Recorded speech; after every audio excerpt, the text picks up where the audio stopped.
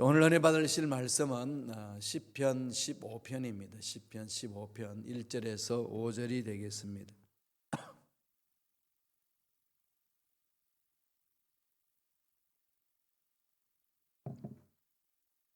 시편 15편입니다. 1절에서 5절 다 같이 봉독하겠습니다. 야훼여, 주의 장막에 머물 자 누구 오며 주의 성산에 사는 자 누구 오니까.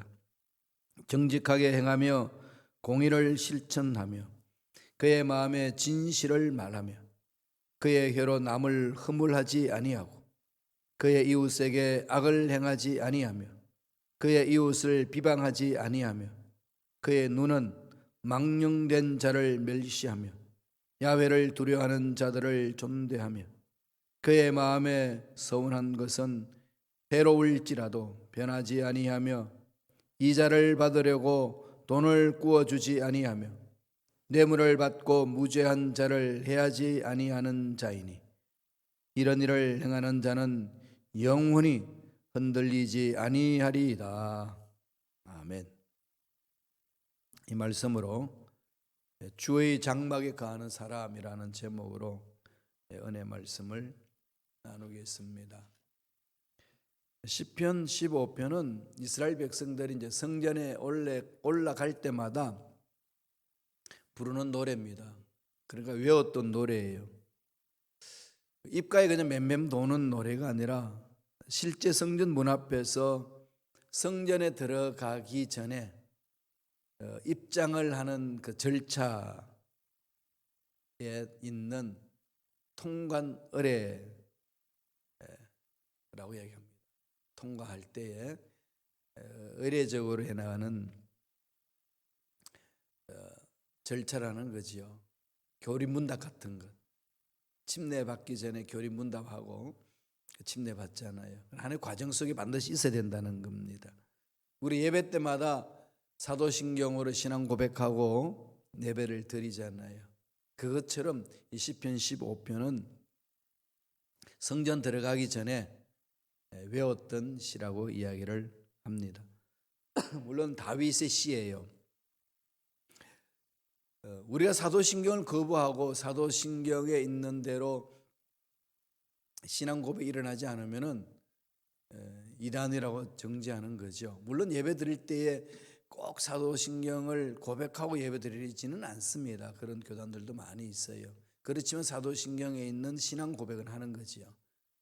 그 고백이 없으면은 기독교 공동체 내에서 올바른 신앙인이다 인정할 수 없다는 겁니다. 그래서 2단이냐 3단이냐 구분할 때 사도신경의 기준을 많이 세우지요. 물론 말씀이 있는 거. 사도신경 자체가 말씀에 써 있는 사도들의 신앙 고백 이렇게 되어 있지 않습니까? 그와 마찬가지로 시편 15편은 성전에 들어가기 전에 부르는 노래예요. 어떻게 부르는지 한번 볼까요? 15편 1절입니다. 다 같이 우리 한 목소리를 읽겠습니다. 야훼여, 주의 장막에 머물 자 누구 오며 주의 성산에 사는 자 누구 오니까. 장막에 머물 자, 성산에 사는 자 누굽니까? 그런 거죠. 주의 장막에 거하는 것. 우리가 이 세상 살면서 장막에 거하는데 관심이 많죠.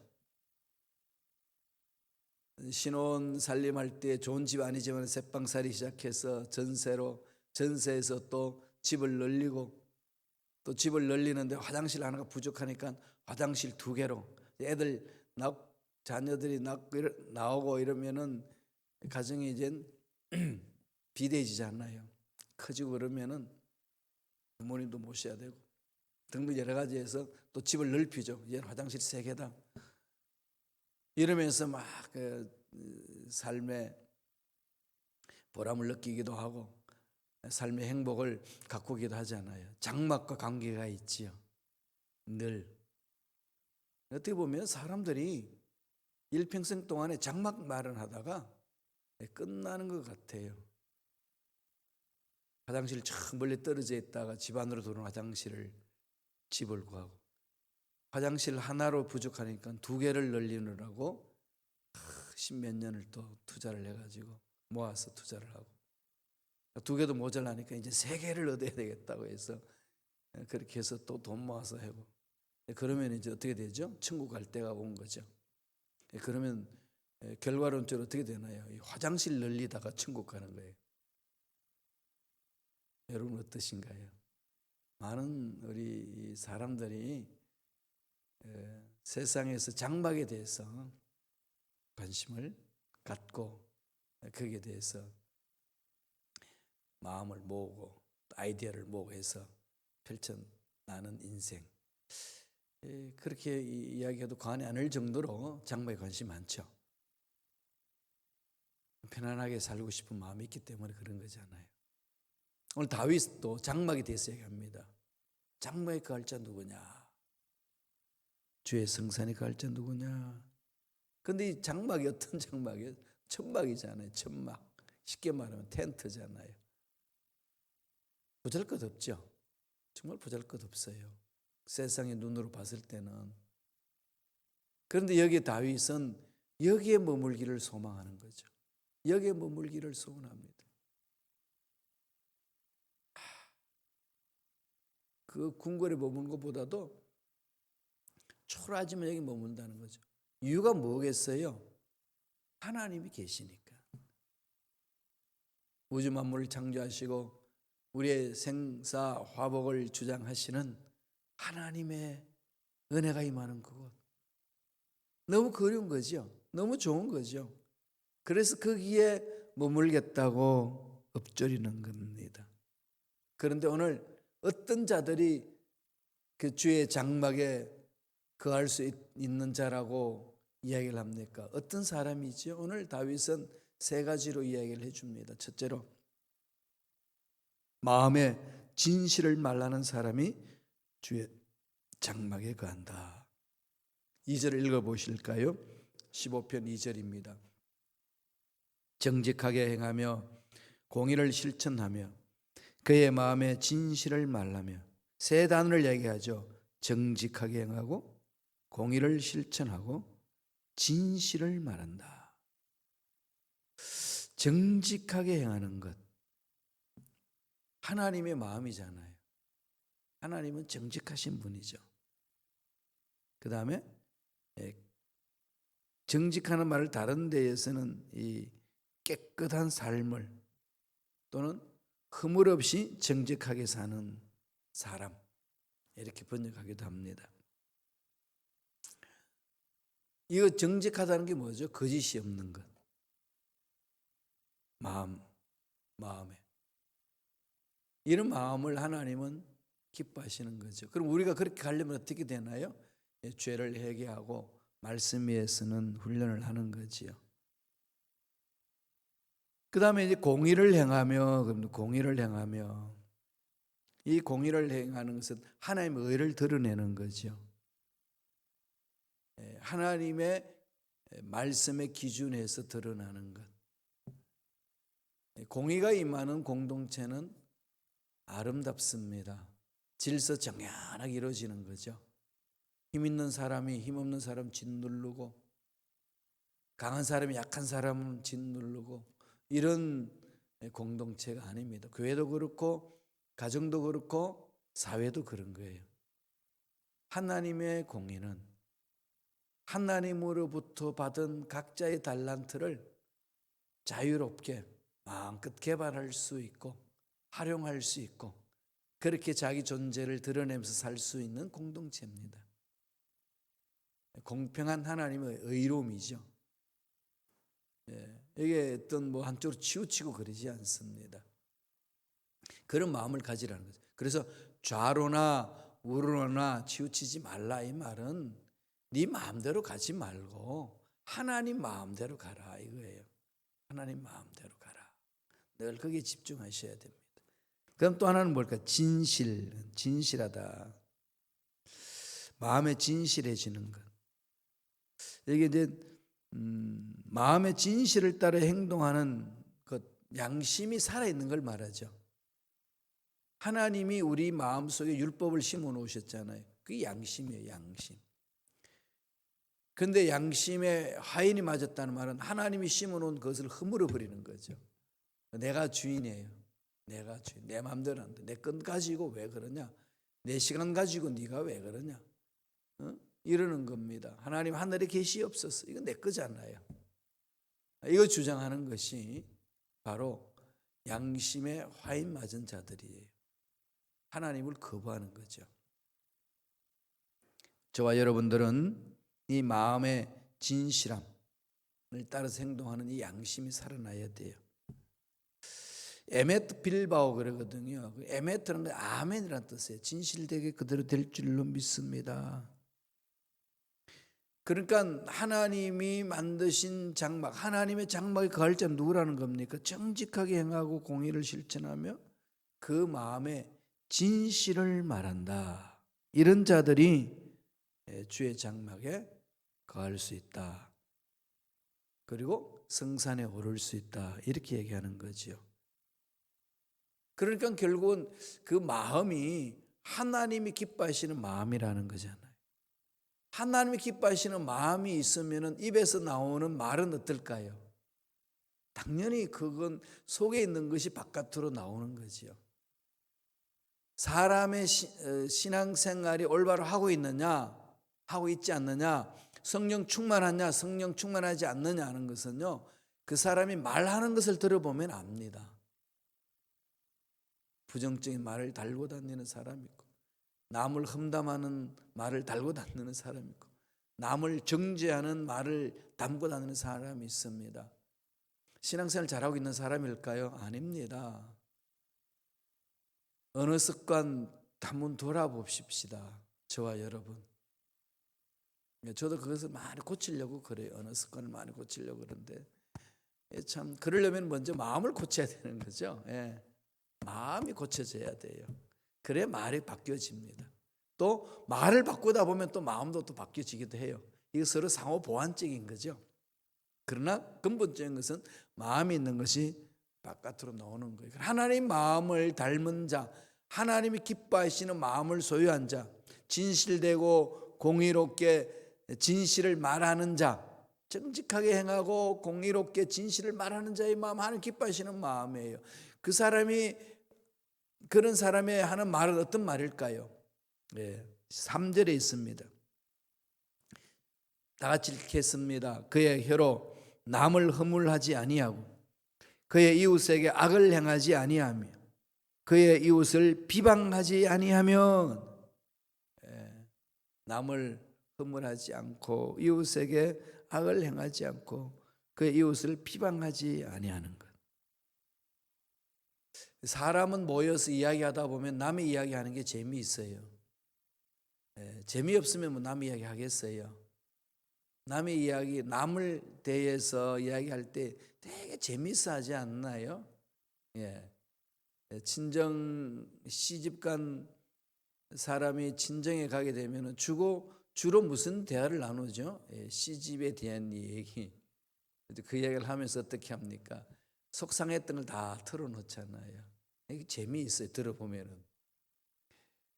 처음에 저는 이제 그런 부분에 대해서 되게 이렇게 동생들이 이야기하면 스탑 이런 말 했는데, 나중에 이 마음을 치유하는 그 세미나에서 공부하면서 책을 읽고 했을 때는 그런 스탑하지 말라고 그랬어요. 그 마음이 치유되는 과정이라는 거죠.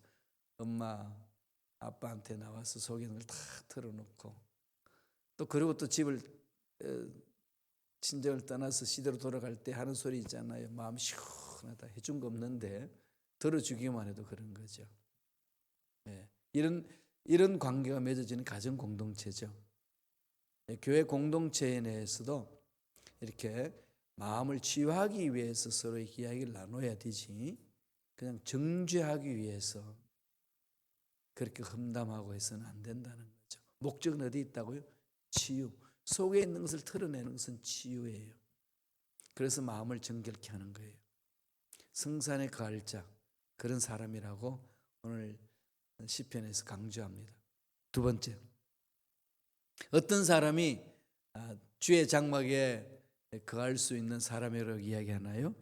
서원한 것은 반드시 지키는 사람. 하나님 앞에 결심하고 하나님 앞에 서원했으면은 힘들고 어려우고 손해봐도 지키라는 거예요.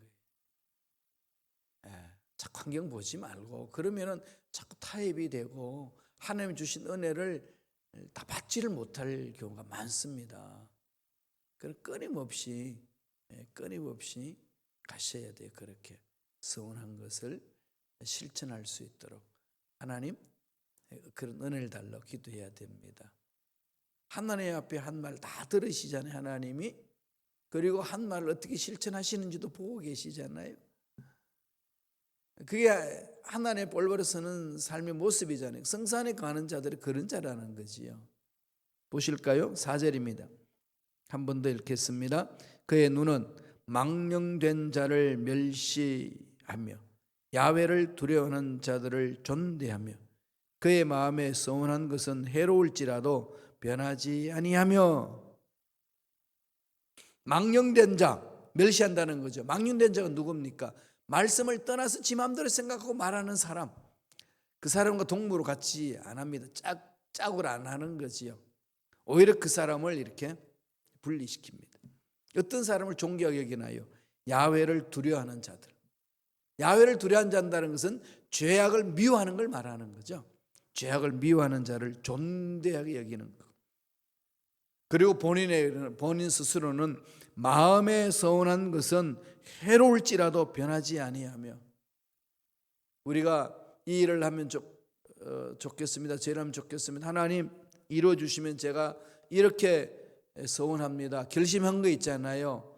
그거 그냥 속된 말로 입 닫지 마세요. 하나님 왜 그러시냐요? 그러지 마시라고요. 그냥 솔직하게 하나님 앞에 내려놓고 하나님 이것을 실행할 수 있는 은혜를 달라고. 한번 할 수 있는 것부터 하나씩 해보세요. 하나님이 주신 은혜는 무궁무진합니다. 회복시키시거든요. 자녀와 후손에게 하나님이 흘려내려 보내신 복은 이루 말할 수 없잖아요. 그 통로가 되는데 내가 서운하는 것을 하지 않는 것을 막아버리거든요. 그 통로를. 힘들고 어렵다고 그러면 안 됩니다. 해로울지라도 변하지 아니하며. 이 말씀 가슴에 늘 새기면서 사세요. 부담이 있을 거예요. 서운하고 나서 이루지 못하면. 그 거룩한 부담이에요. 기도하세요. 저도 늘 하나님 앞에 서운한 것들은 힘들고 어려워도 그걸 순종하는 거예요.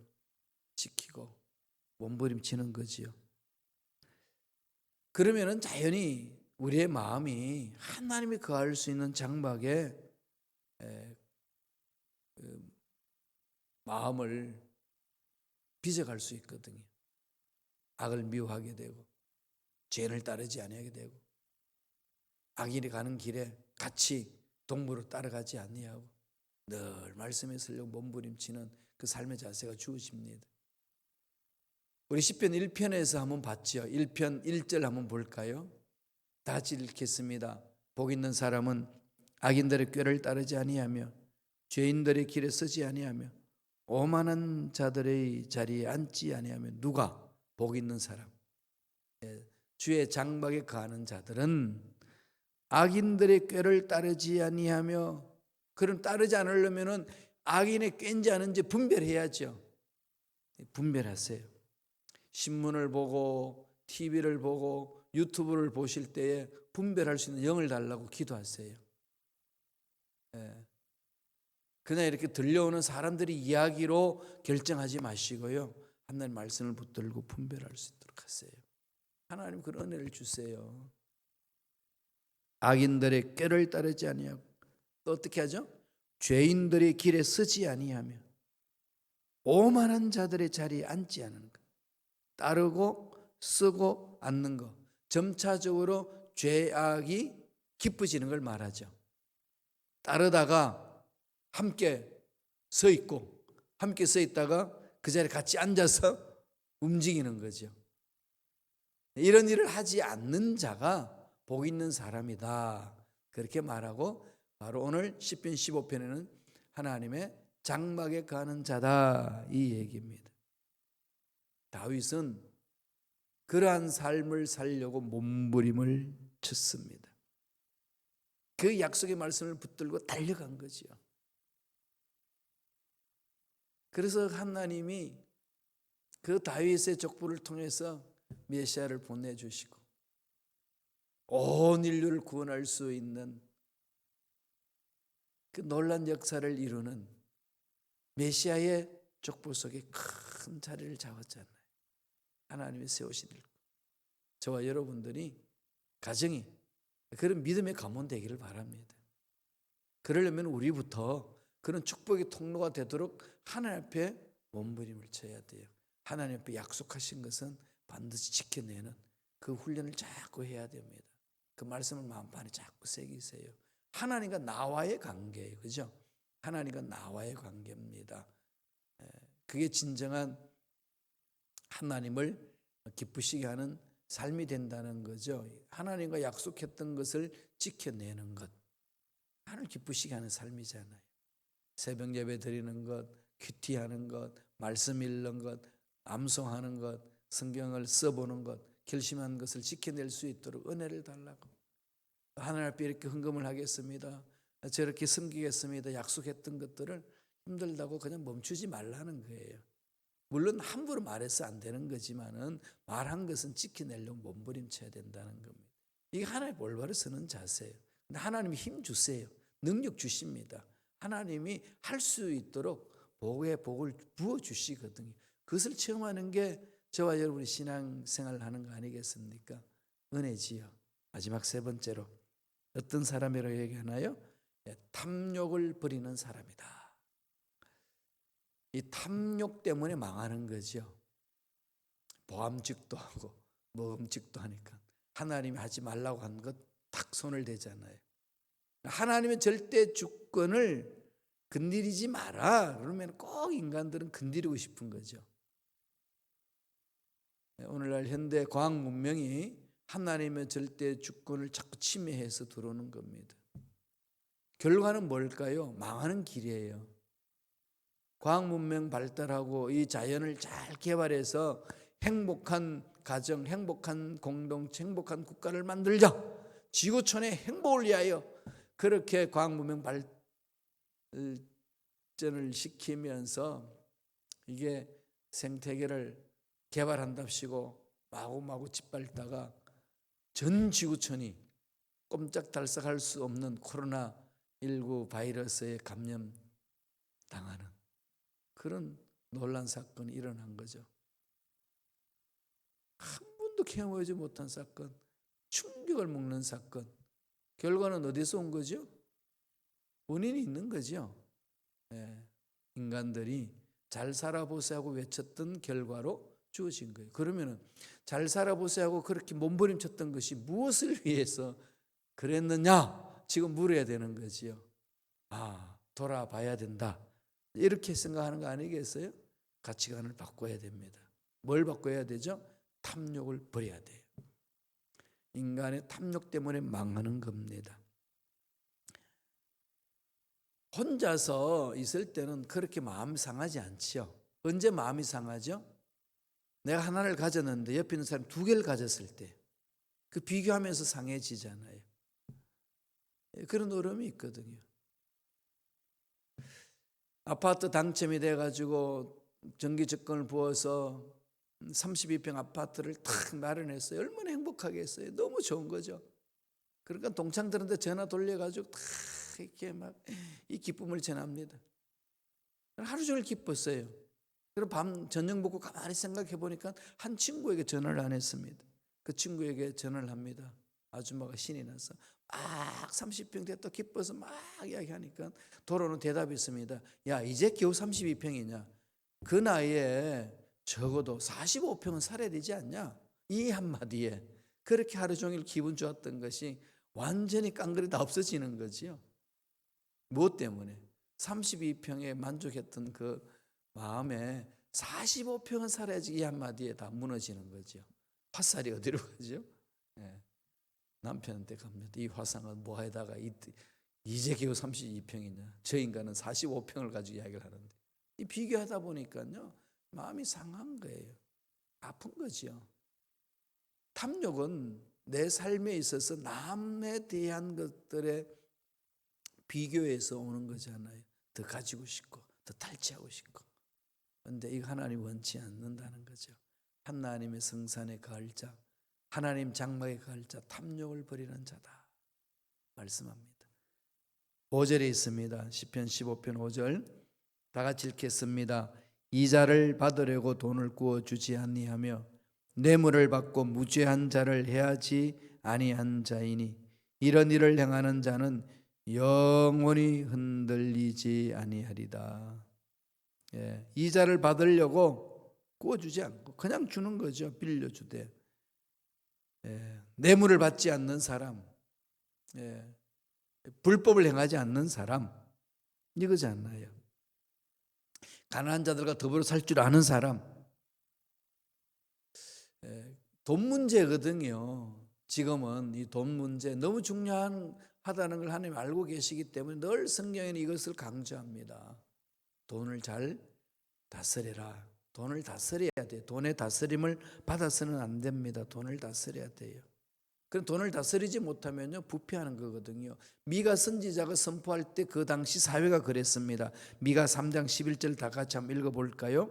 그들의 우두머리들은 뇌물을 위하여 재판하며 그들의 제사장은 싹스를 위하여 교훈하며 그들의 선지자는 돈을 위하여 점을 치면서도 야훼를 의뢰하여 이러기를 야훼께서 우리 중에 계시지 아니하냐 재앙이 우리에게 임하지 아니하리라 하는도다. 엉뚱한 소리 하는 거죠. 돈에 눈이 어두우면 안 보인다는 거예요. 돈은 필요합니다. 돈은 중요한 거예요. 그러나 돈의 다스림을 받아서는 안 돼요. 돈은 우리가 다스려야 됩니다. 하나님의 손 안에 있게 해야 되는 거죠. 그럴 때 그 돈이 복이 되는 겁니다. 하나님의 손에서 벗어나는 돈은 독이 돼요. 하나님 손 안에 있는 복은 정말로 복이 되는 거죠. 하나님 전에 거할 수 있는 자 세 가지로 오늘 시편에서 엎조리고 있습니다. 저와 여러분 하나님의 장막에 거하기 위하여서 오늘 이 말씀해 주신 걸 마음판에 새기시면서 흔들리지 않고 이 험악한 세상에 힘있게 살아가는 일꾼들 되시기를 축원합니다. 기도합니다. 하나님 아버지 감사합니다. 은혜에 감사합니다. 우리를 살려주셔서 말씀에 쓰게 하시고 말씀에 순종함으로 하나님 예배하신 걸 듬뿍 받아 누리고 나누는 멋진 삶을 살아갈 수 있도록 축복해 주시니 감사합니다. 은혜에 감사해 예물 드립니다. 예물 드린 손길 기억해 주시고 앞날 열어주시고 복되게 하여 주시고 더욱더 하나님을 잘 섬기고 주신 복으로 누릴 뿐만 아니라 나눠줄 줄 아는 넉넉한 마음을 가진 손길들 되게 축복하여 주시옵소서. 감사하고 예수님의 이름으로 축복하며 기도드리옵나이다. 아멘.